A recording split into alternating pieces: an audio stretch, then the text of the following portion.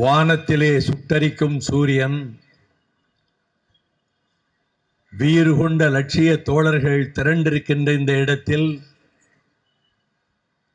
வேப்ப மர இலைகளின் சலசலக்கும் தென்றல் காற்று,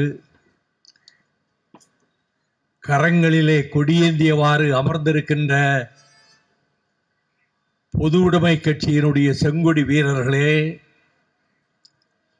இந்த நிகழ்ச்சியை ஏற்பாடு செய்து தலைமை தாங்கிய இந்திய கம்யூனிஸ்ட் கட்சியினுடைய தமிழ் மாநில செயலாளர் ஆருயிர் சகோதரர் முத்தரசன் அவர்களே,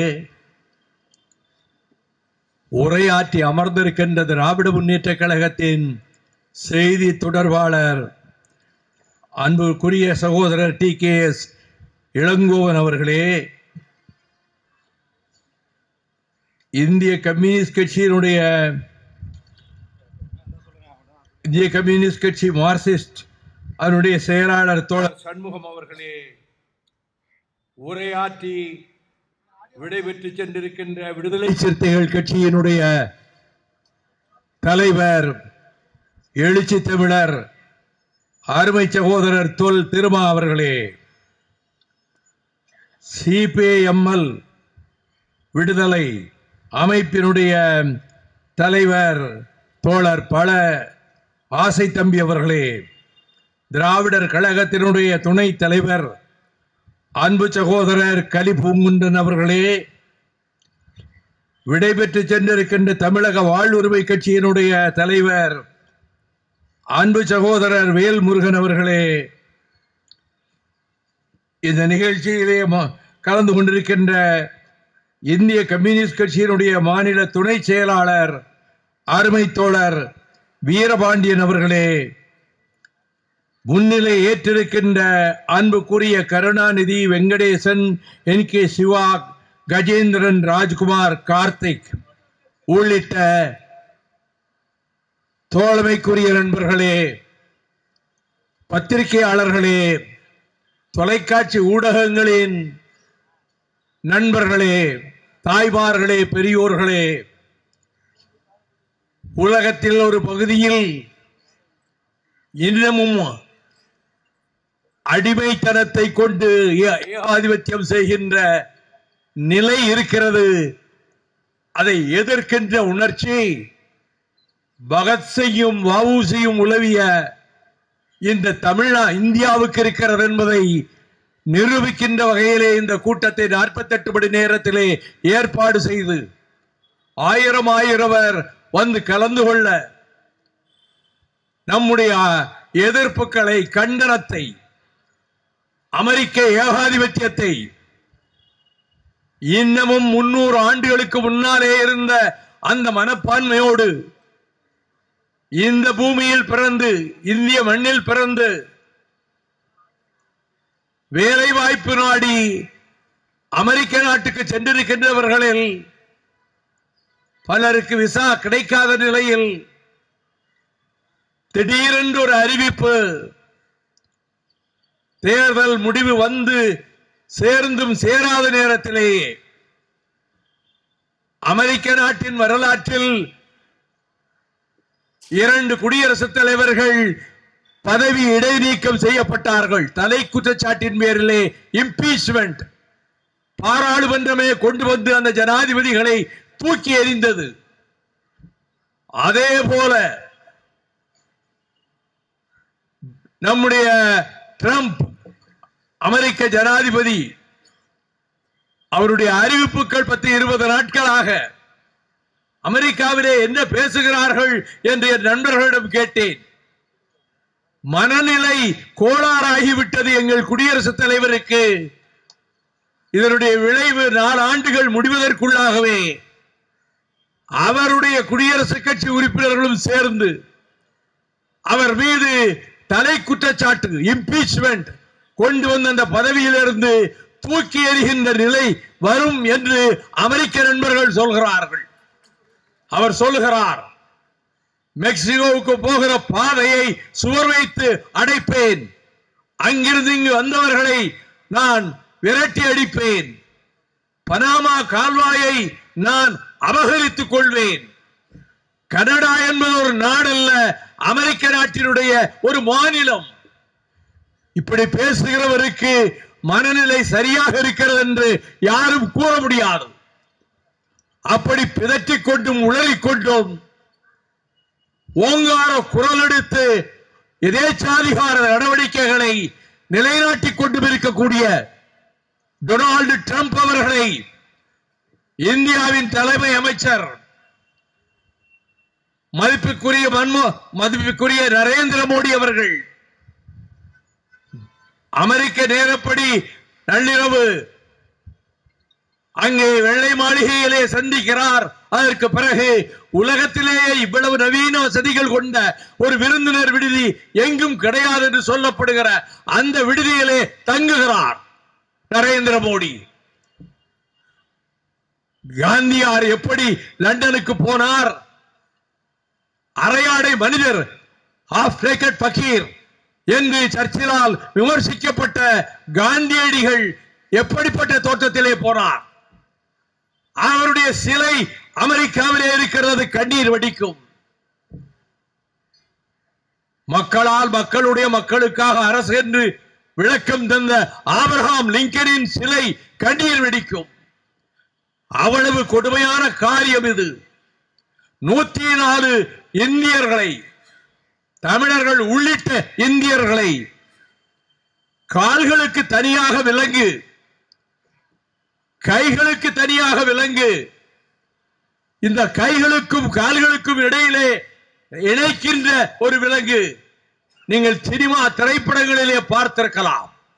அதே போன்ற விலங்குகளை நம்முடைய இந்த மண்ணை சேர்ந்த மக்களுக்கு அமெரிக்காவிலே பூட்டி அதற்கு ராணுவ விமானத்திலே அந்த விலங்கோடு பயணிக்க வைத்தார்கள். 14 மணி நேரம். சாதாரணமாகவே உட்கார்ந்து அவ்வளவு நேரம் வருவதிலே சிரமம் இருக்கும். பெண்கள், குழந்தைகள், வயது முதிர்ந்தவர்கள், மூத்தவர்கள் என்ற வேறுபாடு இல்லாமல் இந்தியாவிலே இருந்து வந்து இங்கே தங்கி இருக்கக்கூடியவர்கள் என்று அவர்களுக்கு கால்களில் விலங்கும் பூட்டும், கைகளில் விலங்கும் பூட்டும், உடம்பு முழுவதையும் இணைக்கின்ற சங்கிலியிலே விலங்கு பூட்டு, இப்படி ஒரு கொடுமையை திரைக்காட்சிகளிலே தான் பார்க்க முடியும், ஆங்கில திரைக்காட்சிகளிலே. அப்படி இவர்களை அனுப்பி வைத்து இந்த நேரத்தில் ரத்தம் கொதிக்க வேண்டாமா? நான் 140 கோடி மக்களுக்கு தலைவன் என்று மாரடித்து ஜம்பம் பேசுகிற இந்திய தலைமை அமைச்சர் நரேந்திர மோடி அவர்களுடைய ரத்தம் துடிக்க வேண்டாமா?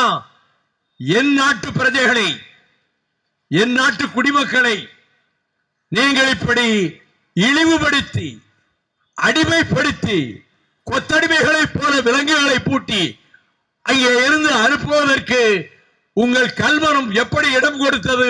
இதை நான் கண்டிக்கிறேன் என்று சொல்லியிருந்தால் நான் நரேந்திர மோடியை பரவாயில்லை நம்முடைய பிரதமர் என்று சொல்லி இருப்பேன்.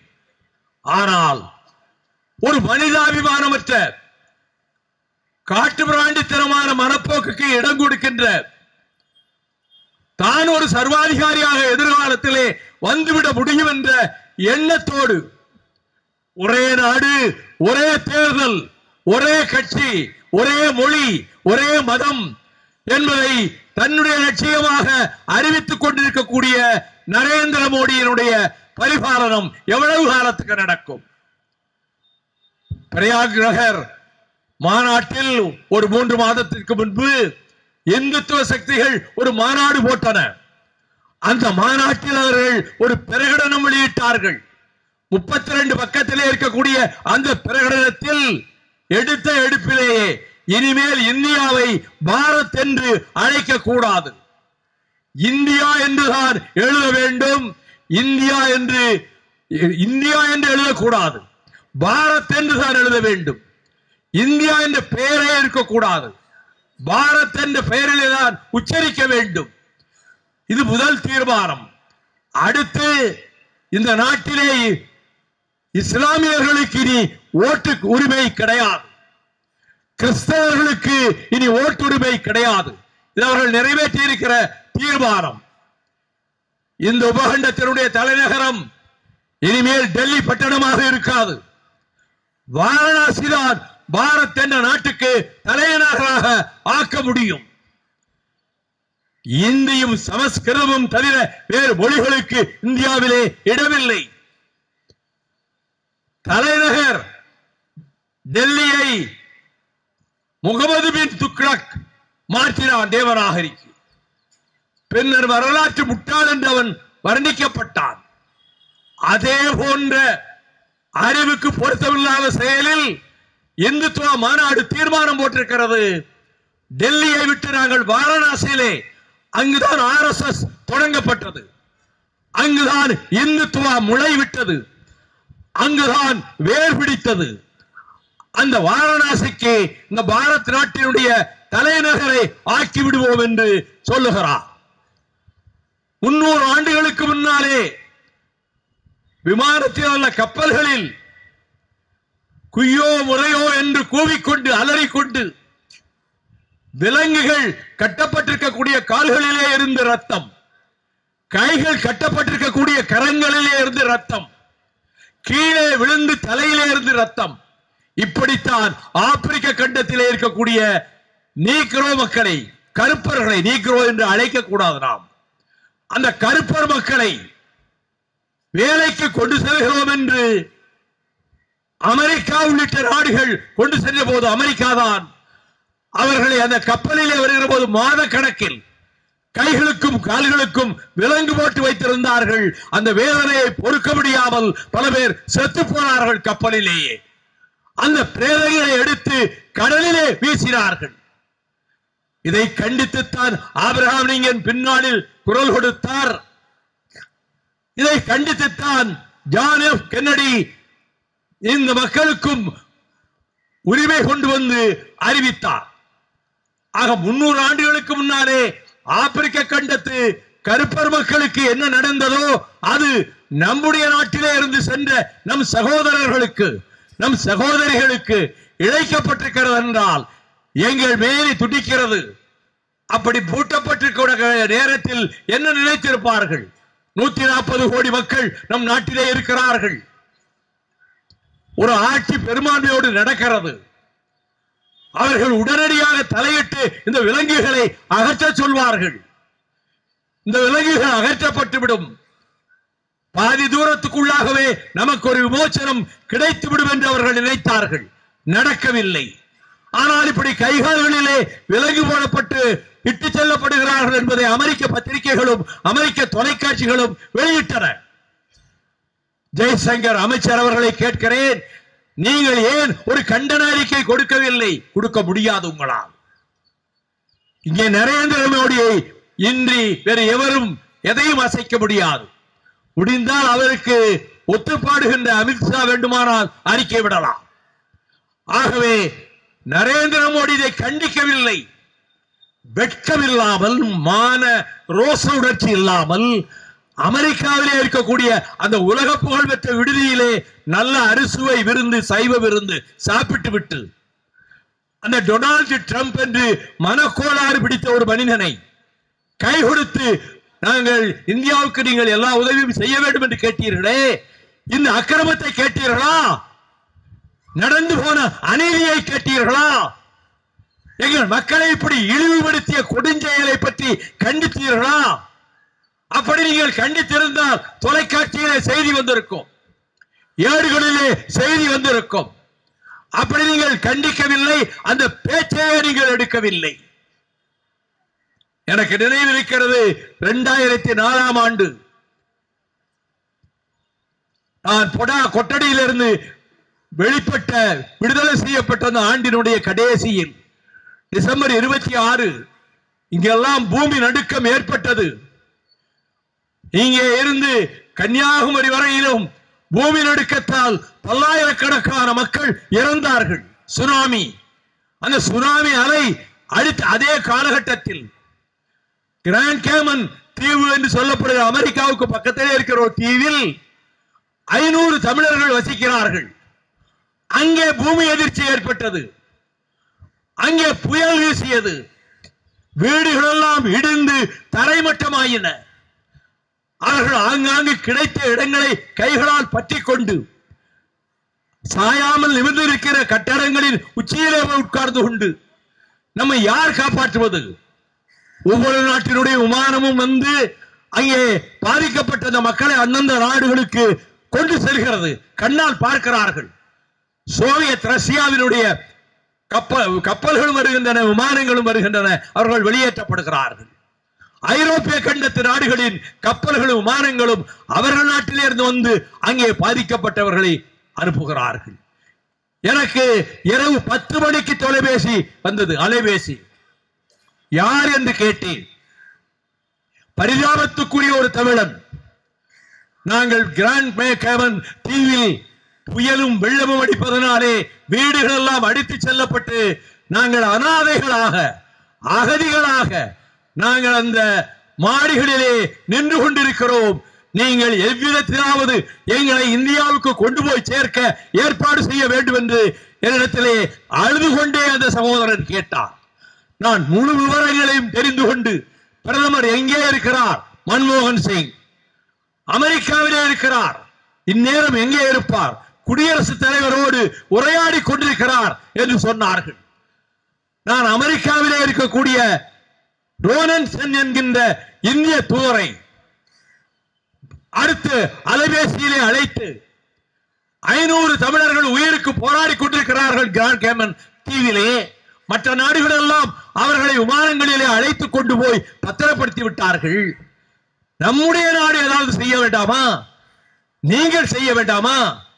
நம் பிரதமர் டாக்டர் மன்மோகன் சிங் அங்குதானே இருக்கிறார். பக்கத்திலே தான் இருக்கிறார். அப்படியானால் அவரிடத்திலே இந்த உங்களிடம் இருக்கக்கூடிய அலைபேசியை கொண்டு போய் கொடுங்கள் என்றேன். அவர் அலைபேசியை வாங்கி கொண்டு, what mister Vaiko, what is the urgency என்று கேட்டார். என்ன அவசரம்? என்னிடம் உடனே பேச வேண்டும் என்றீர்களாமே என்று. அப்பொழுது சொன்னேன், 500 தமிழர்கள் கிராண்ட் கேமன் தீவிலே அனாதைகளாக, அகதிகளாக உயிர் எந்த நேரம் போகும் என்று தவித்துக் கொண்டிருக்கிறார்கள். நீங்கள் இந்திய விமானங்களை அனுப்பி அவர்களை கொண்டு போய் இந்தியாவுக்கு கொண்டு வாருங்கள், பெரும்பாலும் தமிழர்கள் என்று சொன்னேன். மீண்டும் இந்த அலைபேசியை நான் ரோனன் சென்னிடம் கொடுக்கிறேன், இப்பொழுதே நடவடிக்கை எடுக்கிறேன் என்றார் டாக்டர் மன்மோகன் சிங். அந்த விடிகாலத்திற்குள்ளாக இந்திய விமானங்கள் பறந்து சென்றன. 500 பேரையும் பெரும்பாலும் தமிழர்கள் விமானங்களிலே ஏற்றிக்கொண்டு இந்தியாவுக்கு கொண்டு வந்து சேர்த்தார்கள்.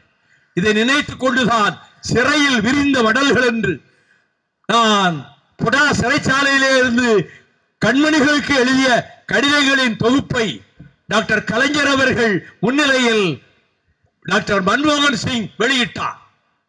வெளியிட்டுவிட்டு அவர் பேசும்போது, டாக்டர் மன்மோகன் சிங் பிரதமர் பேசும்போது, நான் வைகோ அவர்களுடைய நூலை இங்கே வெளியிட்டேன். From the portals of a prison, சிறையில் விரிந்த மடல்கள். நான் ஒன்றை சொல்ல விரும்புகிறேன். வைகோ என்னை அடிக்கடி வந்து டெல்லியிலே பார்ப்பார், சந்திப்பார், முறையீடு வைப்பார். ஒரு தடவை கூட ஒரு தனிப்பட்ட நபருக்காகவோ தனிப்பட்ட நிறுவனத்துக்காகவோ தனக்காகவோ அவர் என்னிடம் எந்த கோரிக்கையும் வைத்ததில்லை. பொது பிரச்சனைகளுக்கு, தமிழ்நாட்டினுடைய பொது நலனை காப்பதற்கு, அதற்குத்தான் அவர் என்னிடம் வருவார். ஆகவே ஐ சல்யூட் ஹிம், நான் அவருக்கு வணக்கம் செலுத்துகிறேன் என்று டாக்டர் மன்மோகன் சிங் பேசினார். அப்படி ஒரு பிரதமரும் இந்த நாட்டிலே இருந்தார். ஆனால் நான் சொல்லுகிறேன், ஒரு நாட்டினுடைய குடிமகனுக்கு, பிரஜைக்கு உலகத்தில் எங்கே ஆபத்து ஏற்பட்டாலும் அந்த நாட்டு அதிபர் அல்லது பிரதமர் கொதித்து எழ வேண்டும், எச்சரிக்கை விட வேண்டும். என் பயணத்தையே நான் ரத்து செய்கிறேன், நீங்கள் இப்படிப்பட்ட அக்கிரமத்தை செய்து விட்டீர்கள் என்று அவருக்கு, ட்ரம்புக்கு கன்னத்தில் அடித்தால் போல் பதில் சொல்ல வேண்டும். நீங்கள் அங்கே போய் விருந்து பிரமாதமாக இருந்தது, வரவேற்பு ரொம்ப சிறப்பாக இருந்தது என்று பேசிவிட்டு தொழிலதிபர்களை எல்லாம் நான் அழைத்திருக்கிறேன் என்று பேசிவிட்டு வந்தீர்கள். ஒரே ஒரு சம்பவம் நான் சொல்லுகிறேன். லிபியா நாட்டிலே அப்பொழுது கர்னல் கடாபி ஆதிக்க சர்வாதிகாரியாகத்தான் இருந்தார். அப்பொழுது அவரை எதிர்த்து அங்கே மக்கள் கிளர்ந்தார்கள், கட்சிகள் கிளர்ந்தன, கம்யூனிஸ்டுகள் கிளர்ந்தார்கள் கடாபியை எதிர்த்து. அப்பொழுது லண்டனிலே, பிரிட்டனிலே மார்கரெட் தாட்சர் பிரதம மந்திரியாக இருக்கிறார். லிபியாவினுடைய தூதரகம் லண்டனிலே மைய பகுதியிலே இருக்கிறது. லிபிய நாட்டு மக்கள், கடாபியை சர்வாதிகாரத்தை எதிர்க்கிற மக்கள் ஆயிரக்கணக்கிலே திரண்டு லிபிய தூதரகத்துக்கு எதிராக, பிரிட்டிஷ் தூதரகத்துக்கு எதிராக அல்ல, அவர்கள் நாட்டு தூதரகத்துக்கு எதிராக முழக்கம் எழுப்பிக் கொண்டிருந்தார்கள். சர்வாதிகாரம் ஒழிக, ஏகாதிபத்தியம் ஒழிக என்று முழக்கம் எழுப்பிக் கொண்டிருந்தார்கள். எங்கே? வாசலிலே நின்று. அப்பொழுது இந்த லிபிய நாட்டு பாதுகாப்பு படை உள்ளே இருக்கிறது அல்லவா, கடாபியினுடைய படை, அவர்கள் இந்த போராட்டக்காரர்களை பார்த்து துப்பாக்கிச் சூடு நடத்தினார்கள். அதில் ஒரு லிபிய நாட்டு ஆர்ப்பாட்டக்காரன் மார்பிலே குண்டு பாய்ந்து கீழே இறந்து விழுந்தான். இது பகலிலே நடக்கிறது. அடுத்த ஒரு மணி நேரத்தில் இந்த செய்தியை கேள்விப்பட்டு லிபிய நாட்டு தூதரகத்துக்கு எதிரே தான் போய் லிபிய நாட்டுக்காரன் ஆர்ப்பாட்டம் நடத்துகிறான். சுட்டவனும் லிபிய நாட்டுக்காரன் தான், அமெரிக்க இங்கிலாந்து நாட்டுக்காரன் அல்ல. ஆனால் மார்கரெட் தாட்சர் சொன்னார், என்னுடைய மண்ணில் வந்திருக்கக்கூடிய அந்த லிபிய நாட்டு பிரஜையை லிபிய நாட்டு அதிகாரம் எப்படி சுடலாம், எப்படி துப்பாக்கி எடுக்கலாம்? ஆகவே இந்த நிமிடம் முதல் லிபிய நாட்டோடு பிரிட்டன் கொண்டிருக்கக்கூடிய ராஜரீக உறவுகளை, சர்வதேச உறவுகளை நான் துண்டிக்கிறேன், நான் கண்டிக்கிறேன் என்று லிபியா நாட்டோடு இருக்கக்கூடிய உறவையே தரிப்படுத்தி விட்டார். ஒரு பிரஜை இறந்ததற்காக, அதுவும் லிபிய நாட்டு போலீஸ்காரன் தான் சுட்டிருக்கிறார். என் மண்ணிலே அல்லவா நடந்து விட்டது. ஆகவே லிபியாவோடு இனி எங்களுக்கு ஒட்டும் இல்லை, உறவும் இல்லை. எங்கள் தூதர்களை அங்கே இருந்து திரும்ப அழைத்துக் கொள்வோம், லிபிய நாட்டு தூதர்களை இங்கே இருந்து வெளியேற்றுவோம் என்று சொன்னார். இந்த செய்தியை நான் நாடாளுமன்றத்திலே பதிவு செய்திருக்கிறேன். அப்படி ஒரு அரசு என்றால் அந்த மக்களை காப்பாற்றுகின்ற அரசாக இருக்க வேண்டும். ஆனால் நம்முடைய மக்களை கைகளுக்கும் கால்களுக்கும் விலங்கு போட்டு அதை மகிழ்ந்து அறுசுவை விருந்தும் உண்டு சாதித்து விட்டு வந்து விட்டார். இன்னைக்கு போடுவான், சாயங்காலம் நாளைக்கு பேப்பர்ல போடுவான், சாதித்து வெற்றி கொடி நாட்டி விட்டு வந்து விட்டார் நரேந்திர மோடி. சாதாரணமான ஆளா என்று நாளே பத்திரிகைகளிலே பார்க்கலாம், தொலைக்காட்சிகளிலே பார்க்கலாம். ஆனால் நான் ஒன்று சொல்லுகிறேன், அவருடைய நோக்கம் அமெரிக்க ஜனாதிபதியை போல் தான் இந்தியாவின் ஜனாதிபதியாக வேண்டும், ரஷ்ய அதிபரை போல் நான் இந்தியாவினுடைய அதிபராக வேண்டும் என்ற நோக்கத்தில் தான் ஒரே தேர்தல், ஒரே கொடி, ஒரே நாடு என்று சொல்லிக் கொண்டிருக்கிறார். அப்படி அவர்கள் அதை கொண்டு வந்து நிறைவேற்றி விட்டார். அதற்கு பிறகு அரசியல் சட்டத்தை, பாபா சாஹேப் டாக்டர் அம்பேத்கர் தந்த அரசியல் சட்டத்தை தங்கள் இஷ்டத்துக்கு வளைத்துக் கொண்டிருக்கக்கூடிய நரேந்திர மோடி அரசு இந்த நாட்டுக்கு இனி பிரதம மந்திரி ஆட்சி முறை தேவையில்லை, ஜனாதிபதி ஆட்சி முறை வேண்டும் என்று ஒரு தீர்மானத்தையே கொண்டு வந்து நிறைவேற்றுவதற்கு அவர் முனைவார் என்று என் மனதிற்குள் ஒரு எண்ணம் ஓடிக்கொண்டிருக்கிறது. அதேதான் அவர் சந்தோஷப்படுவார்.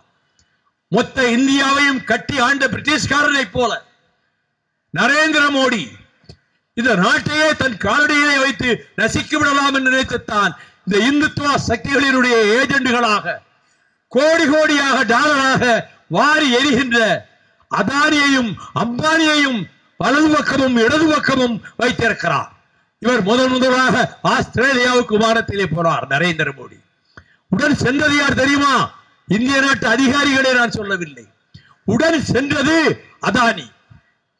அதானியை தன் பக்கத்து இருக்கையிலே உட்கார வைத்துக் கொண்டு இந்திய நாட்டினுடைய ஏர்போர்ஸ் பிளேன், பிரதம மந்திரிக்காக ஒரு விமானம் இருக்கிறது, அந்த விமானத்தில் அதானியை உட்கார வைத்துக் கொண்டு ஆஸ்திரேலியாவுக்கு சென்று அங்கே இருக்கக்கூடிய வெளிவிவகாரத்துறை தூதர்களை அழைத்து இங்கே இருக்கக்கூடிய இந்தியன் பேங்க் அதிகாரிகளை வந்து என்னை பார்க்க சொல்லுங்கள். பார்த்தார்கள். 6000 கோடி ரூபாய் இதோ என் பக்கத்தில் இருக்கக்கூடிய அதானி அவர்களுக்கு நீங்கள் கடனாக கொடுக்க வேண்டும் என்று சொன்னார். அதே போல 6000 கோடி அதானிக்கு கொடுக்கப்பட்டது. அதற்கு இந்திய நாட்டினுடைய விமானத்தை பயன்படுத்தினார். ஒரு சர்வாதிகாரியாக, ஒரு எதேச்சாதிகாரியாக மாறியிருப்பதன் விளைவுதான் அவர் பக்கத்திலே இருக்கக்கூடிய இலங்கையோடு நட்புறவு என்கிறார். நாளும் நம் மீனவர்கள் சுட்டுக் கொல்லப்படுகிறார்கள். படகுகள் உடைத்து நொறுக்கப்படுகின்றன. நல்ல படகுகளை கொண்டு போய் ஏலம் விடுகிறார்கள். நம் தமிழ் மீனவர்களை அங்கே உள்ள சிறைச்சாலைகளிலே அடைக்கிறார்கள். நாதி இல்லையா தமிழனுக்கு?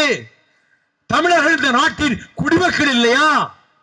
குஜராத்திலே ஒரு பிரச்சனை என்றால் சீறி எழுகின்ற நம்முடைய நரேந்திர மோடி அவர்களை கேட்கிறேன். எங்கள் மக்கள் தூர தூர தேசங்களுக்கெல்லாம் 1000 ஆண்டுகளுக்கு முன்னாலே சென்றவர்கள், வென்றவர்கள். உங்களுடைய வடநாட்டு குப்தர்கள் படையோ மௌரியர் படையோ எதுவும் எங்கே தெற்கே காவிரி கரையிலே கால் வைத்ததே கிடையாது. அப்படிப்பட்ட வீர மரபுக்குரியவர்கள் எங்கள் தமிழர்கள். நீங்கள் இந்த காரியத்தை செய்ததற்கு மன்னிப்பே கிடையாது. இனி மீதம் 487 பேரை அடுத்து அனுப்புவதற்கு ஏற்பாடு நடக்கிறதா? 18,000 பேர் இருக்கிறார்களாம் இந்தியர்கள், ஓட்டு உரிமை இல்லாமல், குடியுரிமை இல்லாமல். முதலில் 483 பேரை அனுப்பி வைத்து விட்டு அடுத்தது 18,000 பேரையும் அனுப்ப திட்டமிட்டிருக்கிறார்களா?